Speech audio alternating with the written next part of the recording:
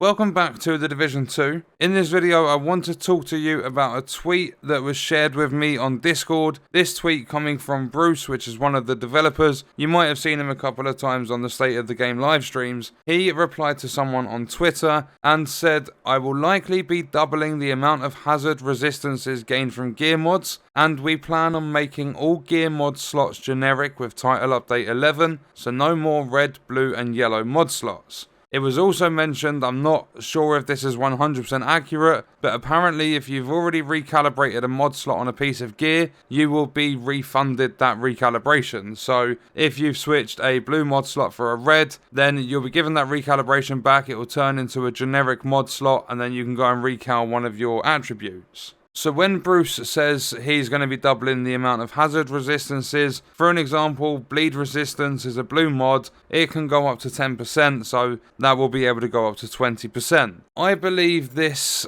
is going to be a really good change, because there are some things in the game that don't make sense in terms of their mod slots. For an example, the Seska backpack, it always rolls with a blue. It can't roll with a red or a yellow. It's forced and locked to a blue mod slot. So it's going to be good, because now you can go for a Seska, you don't have to recalibrate that mod slot, so if you're lucky enough and you're going for a DPS build with that backpack, you're going to be able to recalibrate one of the attributes instead of being forced to try and go for the mod slot to get that to go red as well. But at the same time, I do believe this could possibly lead to more nerfs and just stupid balancing changes that these developers always seem to do. Because if you think about it, they're giving us a bonus, so we're one level up, because we've got double the resistances on our mods, and we now have generic mod slots, so there's one less recalibration on certain pieces of gear, which means there's less work required to make our builds, and the developers don't want us having too much of an edge over the NPCs and stuff, so I do believe they're going to nerf something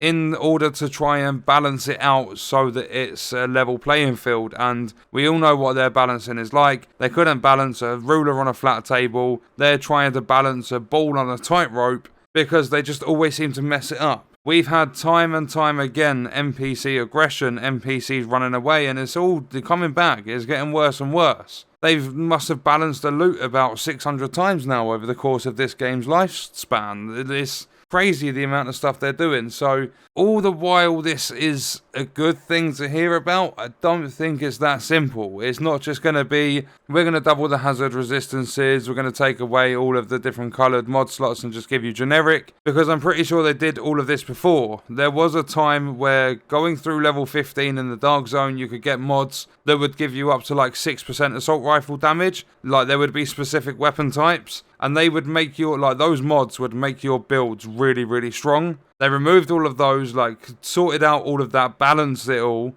and they ended up making mods generic and then brought them back to having their own styles. So you'd have red, yellow, blue, survivability, utility, and like DPS damage. And now they're going back to generic. I would say this change would be so much better if they would just stop changing things that don't need to be changed. This one is a positive because the mod slots annoy me. I believe it's the Hannah U backpack always comes with a red, or there's something that always comes with a red when it shouldn't. And then you've got the Seska backpack, which always comes with a blue mod slot. So this is a good thing. But there's a part of me that believes on this game, the developers will do something and make it strong so that when it comes to the next title update, they have something to nerf. And at the same time, they'll nerf something in that title update. And then that way, for the next one, they've got something to buff, because they don't know what else to do with this game. That's my opinion. That's how I see it, because they are constantly doing balancing changes and bug fixes. So they could even purposely break things in the game,